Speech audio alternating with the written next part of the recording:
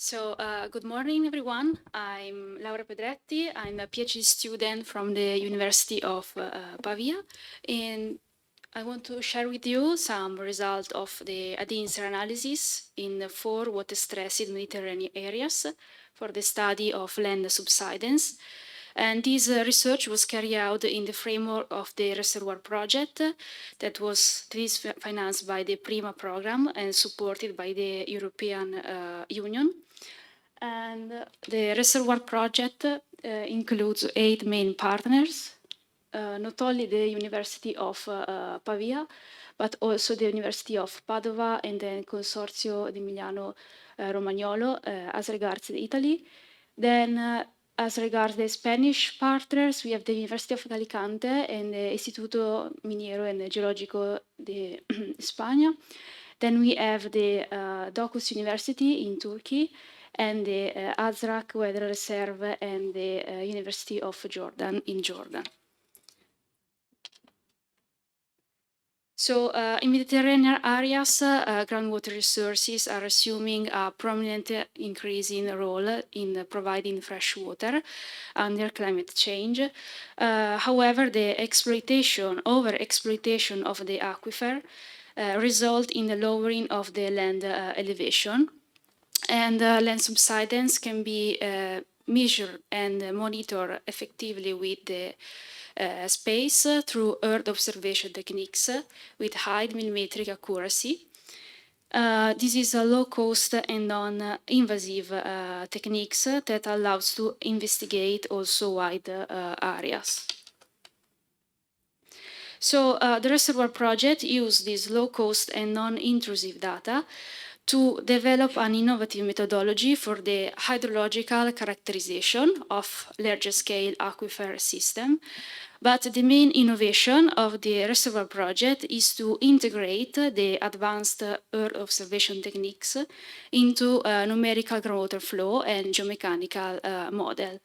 The main outputs regards not only the land subsidence mapping, but also it aims to provide the best practices for decision making to the stakeholders.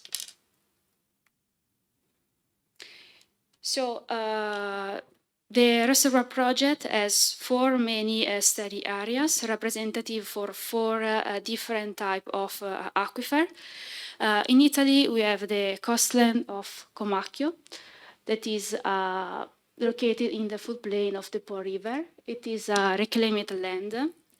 And the alluvial aquifer is composed of shallow semi-confined sand unit, a silty clay layer, and a sand unit.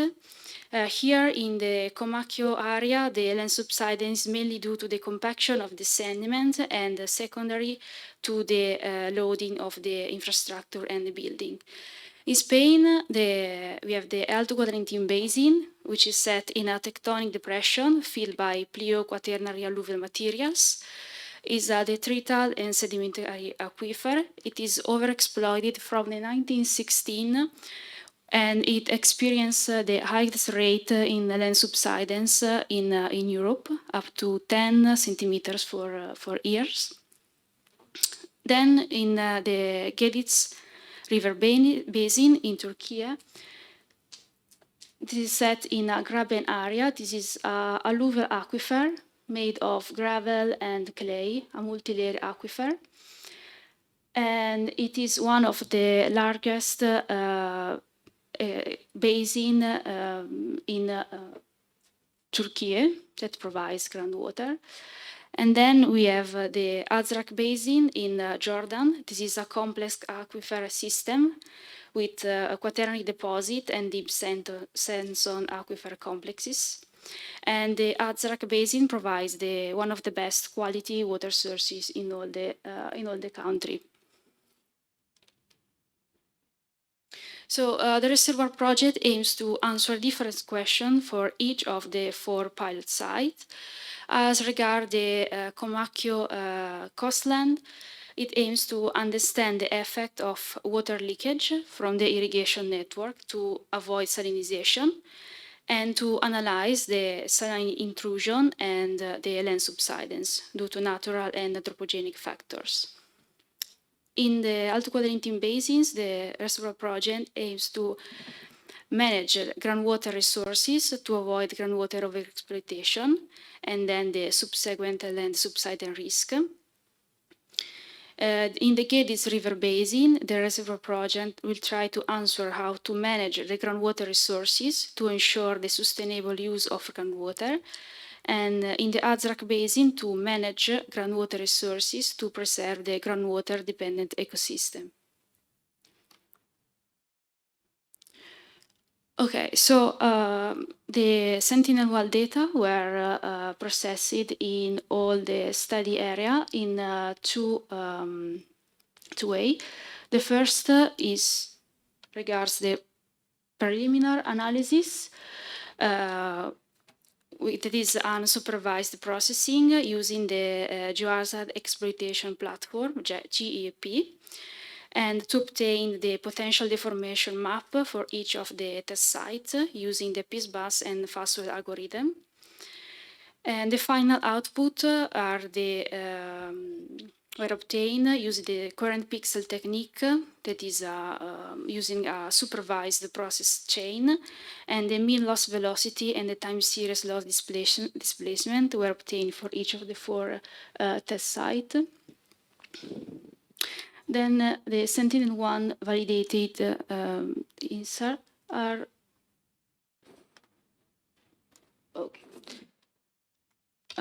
are then reprojected along the vertical direction, and they are validated with the in situ available monitoring system.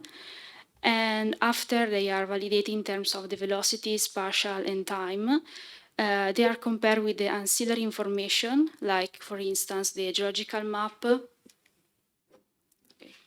the fault map, soft soil thickness map, and some information about the piezometric level land use, in order to identify driver and conditioning factor of land subsidence. Then the groundwater level time series are compared with are analyzed with the time series of loss displacement using the stress strain curves in order to infer the storage properties of the aquifer. And then we applied also the wavelet analysis with the piezometric level time series and the time series of loss displacement. As regards the coastline of Comacchio, as you can see here from the map, there is a decreasing trend in the rate of land subsidence starting from the 1992 up to 2016. Here are the map of the vertical velocities of the ground movement with the isokinetic lines in millimeters for years, and the elaboration of the Sentinel-1 data within the framework of the reservoir project agree with this decreasing trend in the area, as you can see here, and as you can see also in this table that summarizes the subsidence velocity from 1984 up to 2021. And in this period of time between the 2016-2021, you can see that land subsidence is in small areas, for instance, in the port of Goro, where it can be related to the compaction of subsoils and secondary to the settlement due to artificial loads. In the Alto Quadrilatine Basin, the maximum deformation area is in the northern part of the basin, with the maximum velocity along the loss almost up to 8 centimeters for years. Even some hotspots are present here in this part, in southwestern part of the basin. There is a relationship with the pumping volumes from the wells in this part of the basin, and also a strong relationship between the distribution of unconsolidated soft soils. There is also a relation, the displacement are also controlled by buried faults in some location of the area, and there is also a clear relationship between the land use in the area.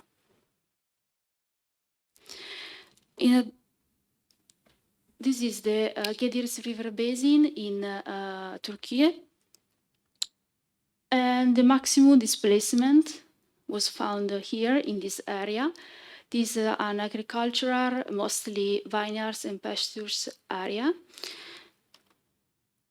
And there is a strong relationship between the distribution of unconsolidated soft soils and the large extended analyzed by the SPISBAS tool have allowed also to detect some unknown unspot.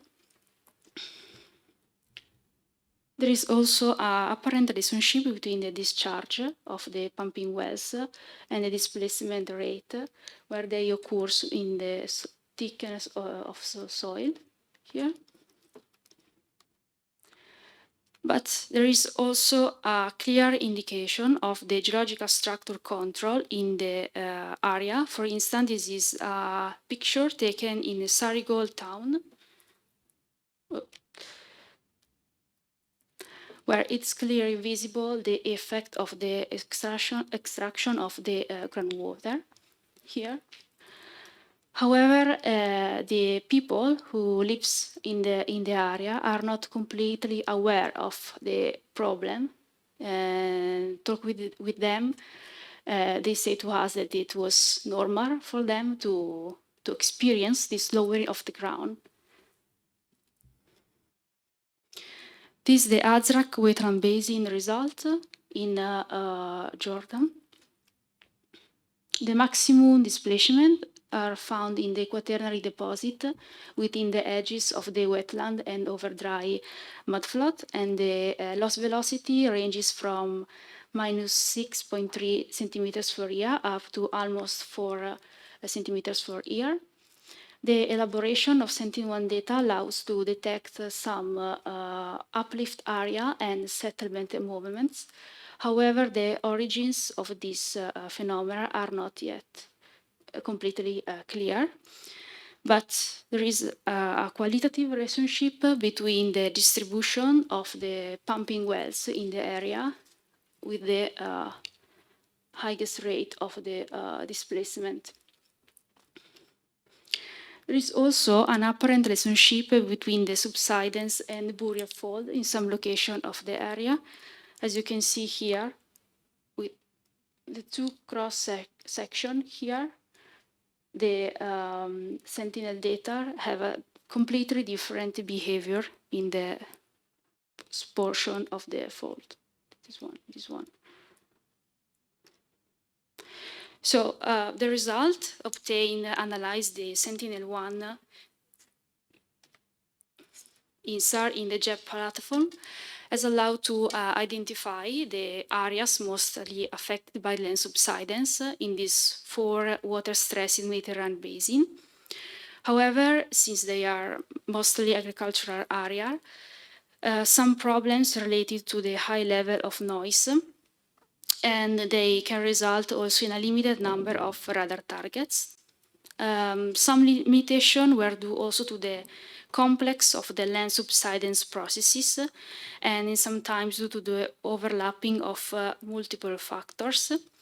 However, the comparison with ancillary data like geological map, fault, subsoil thickness map, and some hydrological data, in addition with the stress strain curves and wavelet analysis, have allowed to identify some relationship between the land subsidence and the causal triggering factors. And it also allowed to unravel process here, not only related to the aquifer exploitation, but also to tectonic activity or to shallow natural compaction. So the next activities of the reservoir project are the development of a numerical 3D transient ground flow for all the 4 pilot sites. And the model will be used in together with the geomechanical subsidence models. And the output of flow models will serve as input to subsidence models. Flow models will simulate the time variable hydraulic head responses to groundwater pumping scenarios. And the A-DInSAR outcomes will be used will be assimilated in this numerical groundwater flow. And the land subsidence models of the aquifer system will allow to characterize the storage. And the knowledge of the storage of the aquifer will allow to develop effective management plans for the sustainable use of the groundwater resources. And then some guidelines will list for the groundwater resources management that will be helpful to the stakeholders. So if you want to get more information about the reservoir project, here you can find some links to the project, and there is also a link of the website. So thank you for your attention.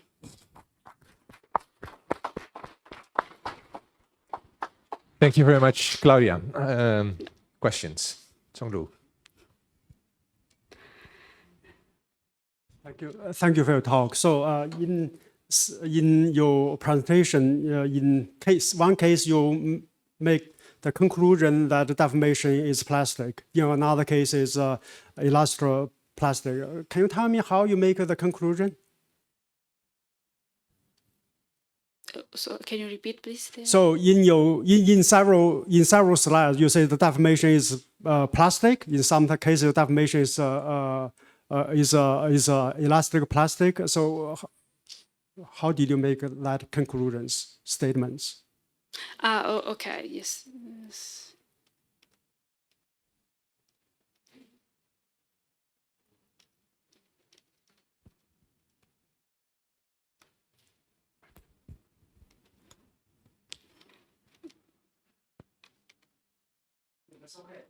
Okay, just yes, we apply the strength 3 screw just to understand if the time series of loss displacement have a relationship with the groundwater level time series.